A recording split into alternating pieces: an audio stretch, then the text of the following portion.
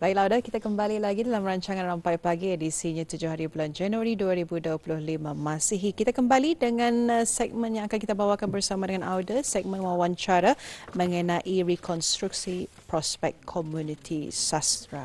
Dan Alhamdulillah sudah bersama kita di sebelah pagi ini Yang Mulia Tuan Muhammad Zafri Arif bin Muhammad Zain Arif, Ahli Jawatan Kuasa Kerja Astrawani. Dan apa kata, tanpa membuang masa terus saja kita bersama dengan beliau. Assalamualaikum Tuan Zafri Arif. Waalaikumsalam warahmatullahi wabarakatuh. Apa kabar pagi ini, sihat? Alhamdulillah sihat. Alhamdulillah. Selamat tahun baru. Selamat tahun baru kembali Ya. buat Tuan Zafri Arif. Bagaimana perasaan di tahun baru ini, Tuan? Biasa-biasa saja. Biasa kalau orang buka lembaran baru ini cuma apa tu yang terbayang ialah satu misi baru, azam baru, semua baru. Tapi harus juga dilihat apakah yang lama itu perlu diperbaharui ataupun perlu diteruskan ataupun sesuatu yang perlu dibuang atau direkonstruksi. Itu tadi. Saya kadang-kadang memikirkan macam azam tahun yang sudah tu, kadang-kadang ia indah lagi relevan dibawa ke tahun baharu saban tahun. Ada sebahagiannya lah. Ada sebahagiannya lah. Kata orang macam sudah lapuk ataupun ketinggalan zaman. Betul. Jadi mungkin tahun-tahun datang ini seperti ini, tahun baru ini ada sahaja sesuatu yang baru yang ingin diterapkan dalam kehidupan kita ni ya. Jadi sama juga ceritanya dengan topik kita pagi ini, rekonstruksi prospek komuniti sastra. Betul lah tajuk kita ni ya. Jadi untuk memulakan wawancara ni Ramizah, apa kata kita ditanyakan terlebih dahulu kepada Tuan Zafri Arif ni, sebenarnya apa yang dimaksudkan dengan komuniti sastra ini dan bagaimanakah bentuknya komuniti sastra ini, Tuan Zafri, silakan. Baik, terima kasih Wali Ramizah dan juga ada penonton yang dihormati. Selamat tahun baru. Assalamualaikum warahmatullahi wabarakatuh. Baik, bila kita bercakap tentang komuniti, memang dalam sebuah masyarakat besar tu ada banyak komuniti. Sekarang ni kalau kita lihat di luar pada konteks ini sekejap ya. Kita lihat ada komuniti kopi. Komuniti apa lagi? Komuniti masak-masak. Komuniti sukan. Jadi itu maksudnya komuniti itu adalah satu kumpulan manusia yang menubuhkan satu organisasi yang mempunyai kegiatan yang dikatakan kebersamaan. Jadi kalau dalam konteks Astrawani, kita melihat tentang komuniti sastra. Mereka yang berkecimpung, bergiat dalam komuniti sastra dengan kegiatan-kegiatan sastra. Jadi kita lihat dalam konteks negara, di Brunei Darussalam, kita ada beberapa buah komuniti sastra yang terdiri daripada beberapa peringkat. Dan kita lihat dalam konteks yang pertama ialah komuniti pendidikan. Komuniti pendidikan ini kita lihat ada daripada kalangan pengajar dan juga pelajar sastra. Kemudian di luar pada dunia pendidikan, kita lihat dalam konteks agensi kerajaan, ada komuniti sastra, iaitu agensi dan juga jabatan atau kementerian yang menangani hal-hal yang berkaitan dengan kesusastraan. Kalau di Brunei itu termasuklah Dewan Bahasa dan Pustaka, Pusat Dakwah Islamiah, Jabatan Penerangan, Radio dan Televisyen Brunei. Itu adalah antara komuniti sastra dalam konteks agensi kerajaan. Kemudian di luar pada kerajaan, kita lihat dalam konteks yang umum, adanya NGO ataupun pertubuhan-pertubuhan awam. Di sinilah termasuklah Astrawani, B2K di Tutong, kemudian kumpulan Putra Seni dan beberapa komuniti lain seperti Pujangga Press, dan ada banyak lagi komuniti sastra yang dibentuk dalam perkumpulan yang agak kecil, mungkin seorang dua ataupun dalam kumpulan yang kurang pada 10. Dan ini banyak bergerak dalam konteks medsos, media sosial. Mereka bergerak di IG, mereka bergerak di TikTok, di Facebook, dan juga WhatsApp. Dan itulah. Jadi kalau kita lihat tentang komuniti sastra itu, di Brunei itu ada macam-macam bentuk dan coraknya, dan masing-masing mempunyai cara pembawaan. Kalau kita lihat dalam konteks komuniti pendidikan, tentulah ia berorientasi pada pendidikan dan peperiksaan. Kalau ia agensi kerajaan melihat pada penanganan ataupun hal-hal yang berkaitan dengan pengurusan sastra. Kalau yang NGO ini kita lihat tentang pemasyarakatan dengan menggunakan aparatus yang ada pada mereka bagi melaksanakan kegiatan-kegiatan yang dilihat boleh menjajarkan dan melebarkan kegiatan kesusastraan dalam pelbagai bentuk dan ragam. Jadi kalau kita lihat kembali pada pertanyaan tadi, komuniti sastra itu memang ada banyak bentuknya, ragamnya, dan juga melihat kepada bagaimana ia dicorakkan dan digerakkan. Adakah peminat ataupun penggemar Sastra. penikmat sastra ini dikira sebagai satu komuniti juga? Ya, seperti yang saya katakan tadi bahwa dalam konteks yang lebih luas, dalam konteks masyarakatnya, kita lihat adanya mereka yang menghasilkan produk dan mereka yang menikmati dan membeli produk. Jadi dalam konteks ini, ya adalah keseluruhan komuniti ya, apa saja bentuklah masyarakat ini adalah masyarakat pengguna. Jadi kalau kita bercakap tentang masyarakat pengguna, apakah benda atau produk atau perkara yang mereka gunakan? Misal kata kita lah dalam konteks seharian, kita adalah masyarakat Asia, masyarakat yang makan nasi, pengguna makan nasi ya. Jadi kita adalah masyarakat nasi. Jadi apa bentuk nasi yang kita makan? Macam-macam sekarang. Ada nasi ayam, nasi katuk, nasi biryani, nasi goreng, apa lagi macam-macam nasi. Jadi kita ada pelbagainya. Dan itulah dalam konteks ini ada provider atau ada yang menghasilkan produknya dan ada pengguna atau pembelinya. Jadi dalam konteks kasus sastra ini tentulah ada produknya dan tentu ada pengguna ataupun pembelinya. Produk itu apa? Ini kita mesti tahu. Kerana dalam konteks yang dikatakan tadi, sebagai peminat, penggiat ataupun mereka yang berkecimpung dalam dunia sastra itu tentu ada produk. Produknya produk sastra ini macam-macam. Ada bentuknya dalam bentuk cetakan seperti novel, majalah, buku. Kemudian ada produk dalam bentuk penyiaran, ya. Kita ada drama TV, barangkali ada forum-forum sastra, mungkin ada filem, ya. Kita lihat dalam dunia yang lebih besar lagi, dunia skrin, filem, ya. Kemudian kita lihat ada satu bidang lagi, media baharu, ya. Kita lihat dalam TikTok juga ada orang berpantun, ya.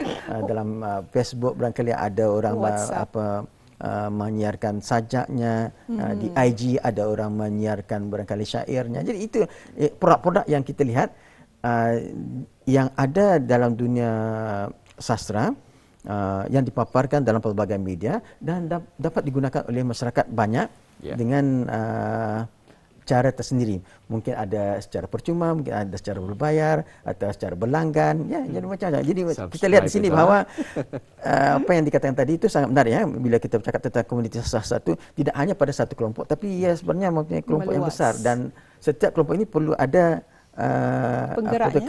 keterikatan. Mesti ada, bukan hanya melihat pada rangkaiannya tapi juga melihat kepada bagaimana setiap komuniti tadi dapat berinteraksi dengan lebih baik.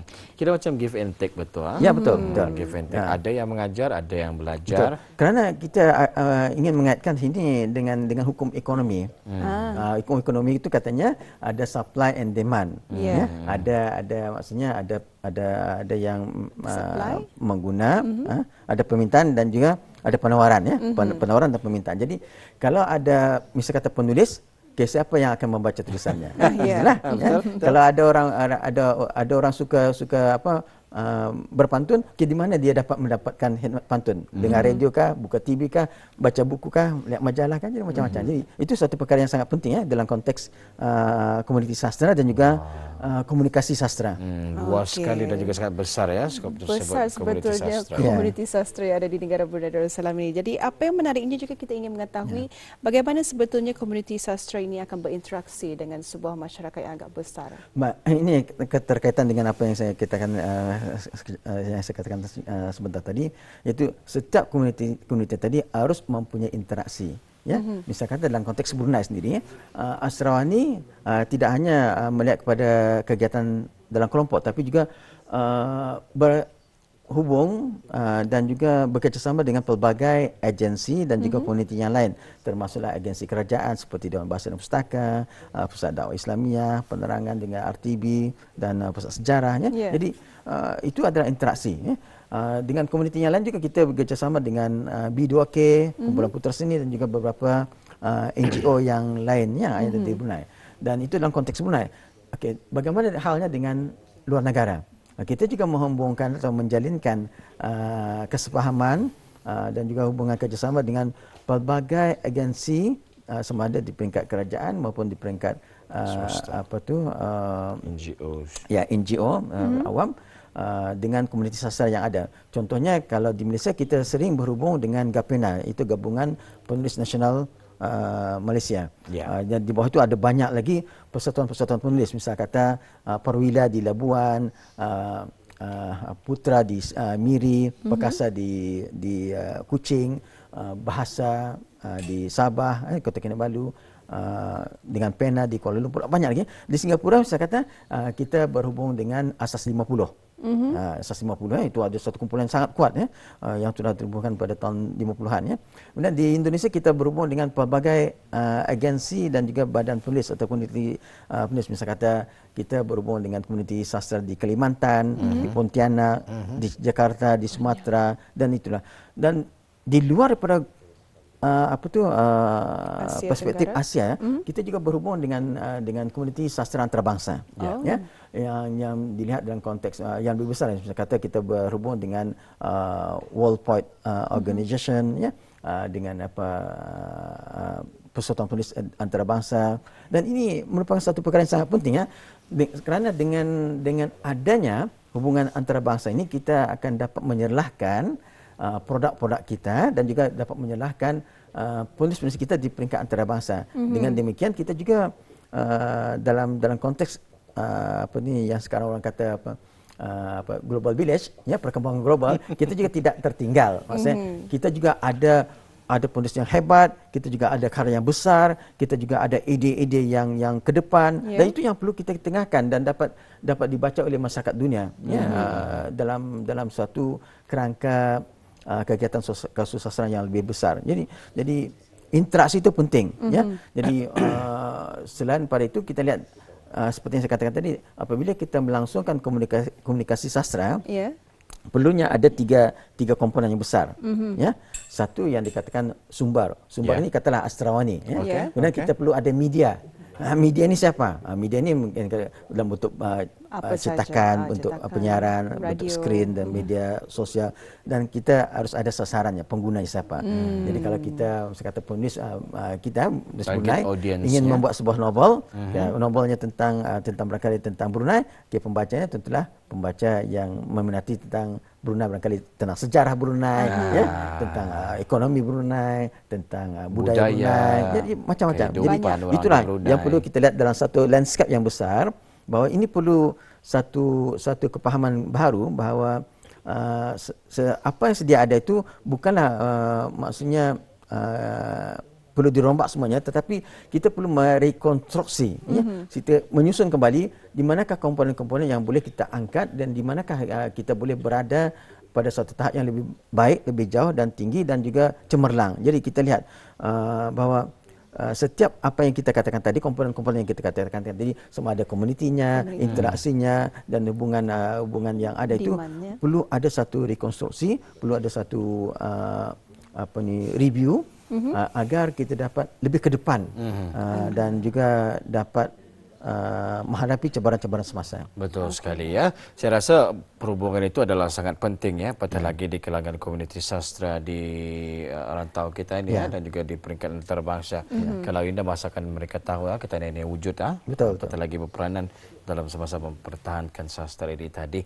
Dan banyak yang ingin kita ditanyakan berkenaan dengan sastra ini, tetapi kita berehat seketika. Audio penonton jangan di mana-mana. Kita akan kembali bersama selepas ini.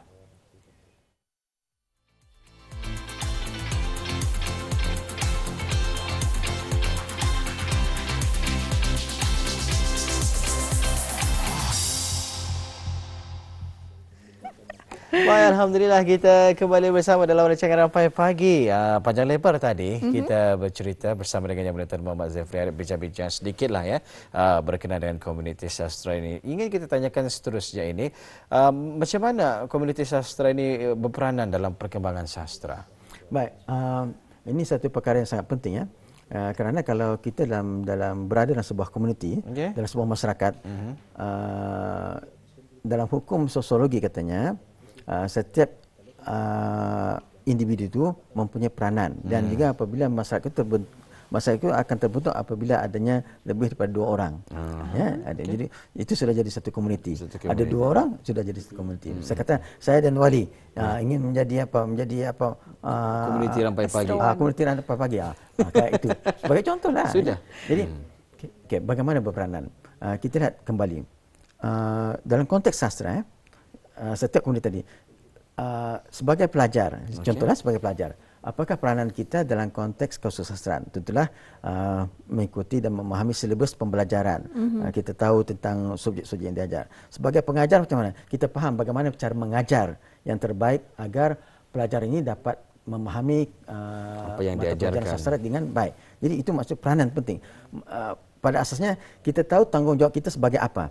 Kita sekarang sebagai pelajar, sebagai pengajar, atau sebagai penulis, atau sebagai pembaca, atau sebagai peminat saja. Jadi setiap individu itu mempunyai peranan. Dan apabila kepahaman peranan ini, maka ia perlu dipertingkatkan lagi. Bagaimana peranan tadi dapat dikembangkan. Contoh tadi, kalau kita ada misalnya kata pembaca, pembaca yang bagaimana yang kita perlukan. Apakah pembaca yang tegar, yang katakan yang setiap hari harus membaca, atau pembaca yang barangkali ada bahan baru membaca, ataupun pembaca yang barangkali dipaksakan membaca. Ini dipaksakan. Karena untuk membentuk komuniti pembaca ini juga bukan mudah. Bukan mudah. Ia bermula pada diri kita sendiri. Kerana bila kita berada dalam satu komuniti, kita juga melihat tentang lingkungan. Di mana kita berada. Kalau kita terbiasa dengan lingkungan yang ibu bapanya membaca, adik-beradiknya membaca, maka ia akan mudah jadi seorang pembaca. Begitulah juga dalam konteks kesusastraan. Kalau seseorang itu sudah terbiasa membaca barangkali dari sejak kecil buku cerita, maka sudah besar tentulah dia akan membaca buku-buku cerita yang lebih besar lagi, yang tinggi setahap dengan pemikirannya. Kalau dari kecil membaca apa cerita apa komik, cerita animasi, cerita apa buku bergambar, si jalak kah, si ayam kuning kah apa kan. Jadi tentulah ini akan memberikan satu kesegaran kepadanya untuk menjadikannya sebagai seorang pembaca. Jadi apabila kita sudah dapat mengukuhkan komuniti ini, seperti yang saya katakan tadi, dalam konteks kesusastraan kita perlukan masyarakat pembaca, peminat, penggiat. Jadi ini penting. Tanpa mereka, tentu saja produk-produk sastra ini tidak dapat diedarkan dan tidak dapat dimanfaatkan. Barangkali ada cerpen tapi tidak dibaca kerana tidak ada pembaca. Tidak ada pembaca. Ada sajak tulis tapi tidak ada orang yang menghayati sajak. Kerana tidak ada penggiat. Penggiat dan pembaca. Jadi itu pentingnya, perlu ada interaksi yang seimbang. Dan ini yang perlu kita lihat sekarang, bahawa seorang penulis itu juga mempunyai peranan. Apakah bentuk tulisannya dan siapakah pembacanya. Dia perlu tahu siapa sasarannya. Tidak semestinya dia hanya buat tapi siapa pembacanya. Kalau tidak, dia hanya seperti kata dia tulis hanya tulis dalam buku catatan SSS. Kita mau SSS, tidak mau 2S. Tidak mau sama-sama syok. 3S. 3S. Jadi itulah mengenai peranan komuniti sastra di negara Brunei Darussalam. Jadi apa sebetulnya kalau dapat kita lihat prospek komuniti sastra ni, kalau kita melihat mengenai dengan cabaran yang akan ditempuh mengenai dengan isu semasa? Baik. Dalam dunia yang sedang berkembang ini, kita sebenarnya dicabar oleh pelbagai bentuk pattern, pola yang sama ada datang dari luar ataupun bergerak dari dalam. Cabaran itu dari dalam juga daripada luar. Jadi, misalnya kata kalau cabaran daripada dalam itu tentang kewibawaan, tentang kejatidirian, tentang budaya, tentang sesuatu yang kita milik. Dari luar itu ada anasir-anasir yang mungkin barangkali tidak sesuai dengan iklim budaya kita, tidak sesuai dengan iklim kehidupan kita, dan perlu ada satu saringan, ada perlu penyaringan, dan perlu ada satu yang dikatakan apakah yang boleh kita gunakan sebagai satu cara untuk meragapkan diri kita dan dapat berdepan dengan masalah-masalah atau cabaran semasa. Dalam dunia global, kita bercakap tentang macam-macam perkara. Cabaran. Dan seperti yang kita bincangkan awal tadi, ada cabaran yang berkaitan dengan SDG, ada cabaran tentang pemanasan global, tentang jejak karbon, tentang masalah-masalah yang berkaitan dengan kelestarian alam. Jadi itu adalah antara cabaran-cabaran dunia yang kita juga lihat konteksnya dalam konteks negara kita sendiri. Dan cabaran-cabaran inilah yang perlu kita lihat. Misalnya kata, bagaimanakah kesusastraan dapat berasosiasi dengan alam sekitar. Kesusastraan dapat berasosiasi dengan ekonomi global. Kesusastraan dapat berkaitan dengan keamanan dunia.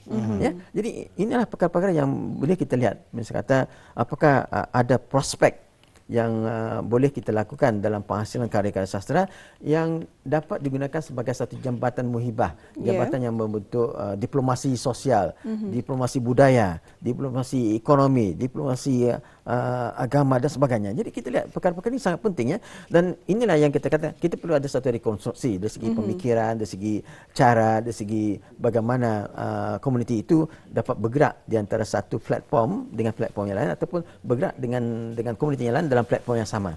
Dan hal-hal seperti ini bukan mudah untuk kita lakukan kerana dalam konteks kejuruteraan sosial ataupun social engineering ya, hal ini perlu dilihat sebagai suatu dasar yang paling besar dalam membentuk sebuah masyarakat. Misalnya kata kita ingin membentuk masyarakat Melayu Islam beraja. Okay. Kerana dalam konteks social engineering itu perlu dilihat dari peringkat bawah sekali, di peringkat rumah, peringkat sekolah rendah dan juga pendidikan yang asas hinggalah pada hal-hal yang besar ya. Dan ia bukan mudah. Tetapi hal ini akan jadi mudah apabila setiap komuniti tadi dapat bekerjasama dan mengambil peranan yang baik sesuai dengan kedudukan yang ada pada diri masing-masing. Baik, alhamdulillah ya, luar biasa sekali. Kenapa komuniti sastra perlu menghadapi perubahan dan juga cabaran semasa ke depannya ini nanti. Intipatinya adalah kerjasama yang baik di antara satu sama lain. InsyaAllah kesatuan dan juga kebersamaan itu akan memudahkan lagi apapun juga aral yang melintang di hadapan nanti ya, insyaAllah. Ingin saya menambahkan dalam konteks kegiatan ini tadi ada interaksi. Pada 25 Januari ini kita akan bekerjasama dengan komuniti puisi esei ASEAN. Jadi ada beberapa orang Jawatankuasa Komuniti Puisi Esei ASEAN akan datang ke Brunei pada 25 hari bulan dan akan mengadakan bengkel insyaAllah di Dewan Bahasa Mustaka, dan bengkel ini akan diberikan secara percuma oleh 3 orang pembentang dari Indonesia dan juga ada 3 orang pembantu dari Sabah. Ini satu komuniti. Dalam konteks sastra ini macam-macam komuniti. Ini ada komuniti puisi esei. Kita cakap komuniti novel, komuniti cerpen, komuniti pantun, banyaknya. Ini ada satu bahagian. Jadi yang datang ini nanti akan dapat mempelajari teknik atau mereka akan mengajarkan cara-cara penulisan puisi esei dan ia terbuka kepada umum dan mereka yang berminat boleh berhubung dengan Astrawani sama ada melalui IG Astrawani _ Brunei ataupun dari Facebook Astrawani Brunei. Jadi boleh berhubung di situ dan maklumat semasa akan kami siarkan daripada media sosial berkenaan. Dan mudah-mudahan dengan cara ini kita lihat dapat melebarkan hubungan kerjasama yang sedia terjalin dengan komuniti antarabangsa dan kita dapat melihat satu kesejajaran dan juga kita melihat tentang apakah peranan kita dalam konteks antarabangsa. Luar biasa sekali. Baik, kita sekarang berada di penghujung wawancara kita ini. Masa sangat mencemburi kita ni sebenarnya ni. Tetapi apapun, ribuan terima kasih kita ucapkan buat Yang Mulia Tuan Muhammad Zafri Arif bin Muhammad Zain Arif, ahli Jawatankuasa Kerja Astrawani, dan insyaAllah jika ada kesempatan bersama lagi di lain waktu ya. Assalamualaikum Tuan. Waalaikumsalam warahmatullahi wabarakatuh.